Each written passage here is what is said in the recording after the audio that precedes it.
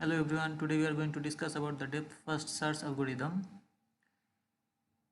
This algorithm is used to traverse a graph or tree. Also, we can use this algorithm to search any particular value in a graph or tree. DFS has many applications in computer science, so let's start. First, we need to know how can we represent a graph in the computer memory. Adjacency matrix is a very common technique to represent a graph in the computer memory. Another frequently used technique to represent a graph is adjacency list representation that we will learn quickly after this one. We assume that our graph consists of v number of vertices and e number of edges. To represent a graph with v vertices, adjacency matrix is a v into v size matrix. For this graph, v equals 4. So our adjacency matrix will be a 4 into 4 size matrix.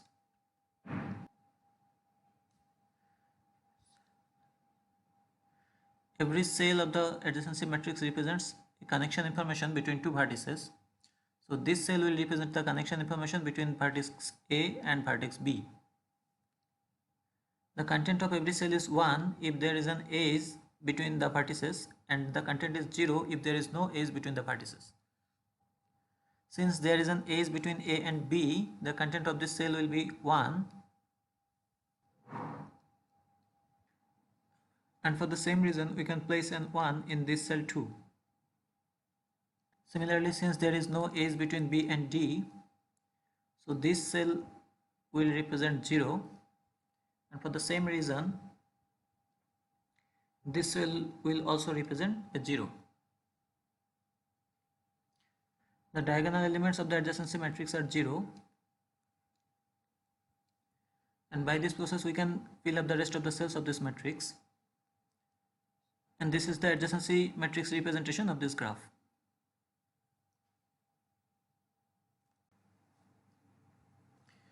Adjacency list is another concept that is frequently used to represent graphs. The information for every adjacent vertices are stored in adjacency list. Since there is an edge between AB, we put a B here. Similarly, since there is an edge between AD, we put a D here. And similarly, we can place C and A here, and we can place a B here, and we can place A here. So this is the adjacency list representation of this graph. An important point to note is that there are 3 edges in this graph: edge 1, edge 2 and edge 3, and there are 6 edge information stored in this adjacency list. These are AB, AD, BC, BA, CB and DA. So there are 6 edges in adjacency list. So for E number of edges in the graph, there are 2 E number of edges in the adjacency list. So if we traverse through all the connections in the adjacency list, we need to perform 2 E number of operations. Now we have represented a graph using adjacency matrix and adjacency list. We will try to find the appropriate data structure for the following operations. So first task is to check, is B adjacent to D? So if we use the adjacency matrix representation, then we can go directly to the position BD and we can check the value here, and we can write something like, if adjacency matrix position B D is true, then we can print that B is adjacent to D.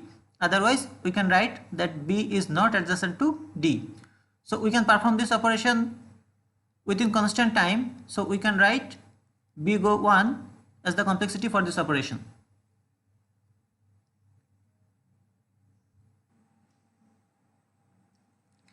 But if we use the adjacency list representation, then we need to check every connection along this direction. And for this graph, we need to perform at least 2 operations to get the information of the adjacency between B and D. So in the worst case, if there are n connections, we need to perform at least n operations to find the adjacency information.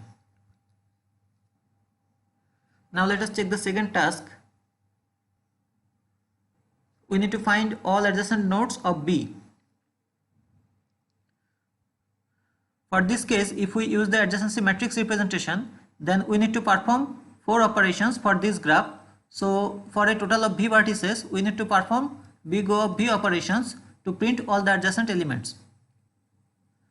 But if we use adjacency list representation, then we can see that for this graph, we need to perform only 2 operations.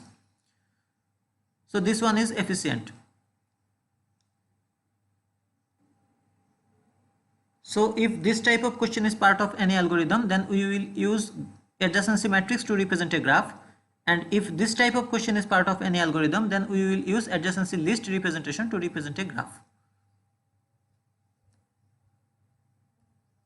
To demonstrate depth first search algorithm, we will use this graph. For every vertex, depth first search looks for all the adjacent vertices. So as we discussed in the previous slide, we will use the adjacency list representation for this graph.